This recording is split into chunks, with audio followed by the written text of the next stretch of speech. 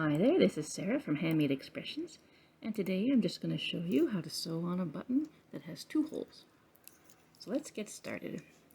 Take about 13, 14, maybe even 20 inches of thread and just thread it through the eye of your needle. If you use a needle threader, I will also make a video about how to use that because they are a bit, tricky. In this case, it wasn't too hard to just thread the thread through the needle eye. Okay, I like to double up my thread to make it stronger.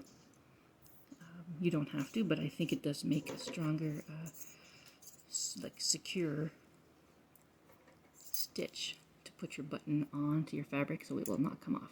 Yes, the needle threaders can be really handy, and they usually come in those little sewing kits you get at the drugstore. Just make 2, 3, maybe even 4 small knots at the end of your threads. Make the threads roughly the same length. Try to get the knot in the same spot, although it doesn't always happen. This time I got lucky with that. Okay, it's a fairly big knot, but that's because I don't want it to slip through the fabric. And now, what we do when we find our button, which is somewhere, there it is. We just want to get it ready to go. Make sure that the flat side is towards or against the fabric. That's the back.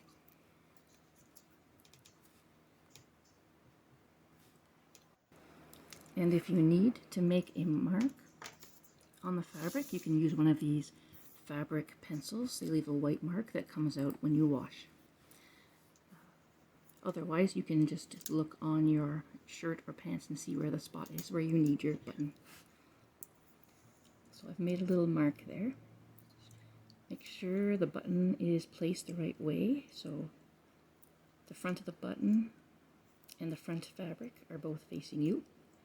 And always start from the back so that the knot is not going to be visible to people. So always start from the back of the fabric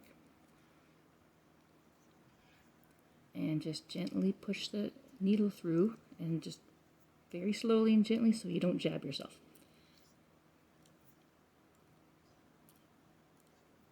So make a few stitches. You only have the 2 holes, so make a few stitches, maybe 3 or 4, and that will be secure enough with the double thread.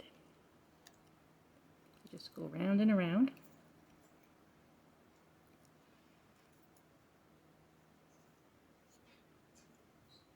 Pull it pretty tight, but not too tight, just so there's no looseness.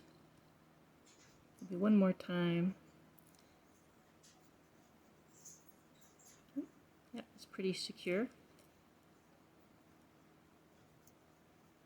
Okay, now what I'm doing is I'm just putting it through the button, not the fabric, because I want to wrap that thread around the stitches several times. That makes the button more secure, and it also pushes the button up a little bit from the fabric, so it will go through the buttonhole easier. So then now we're ready to finish it off. So put the needle back towards the back where you want your finishing knot.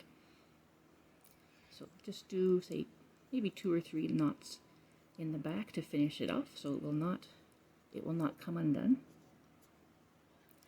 Just a simple knot where you put it through the loop.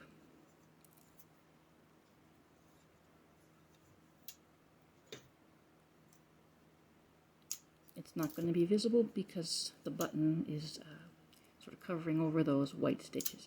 Of course, you could also use a dark button and dark thread to hide it all. Finally, you just snip the threads,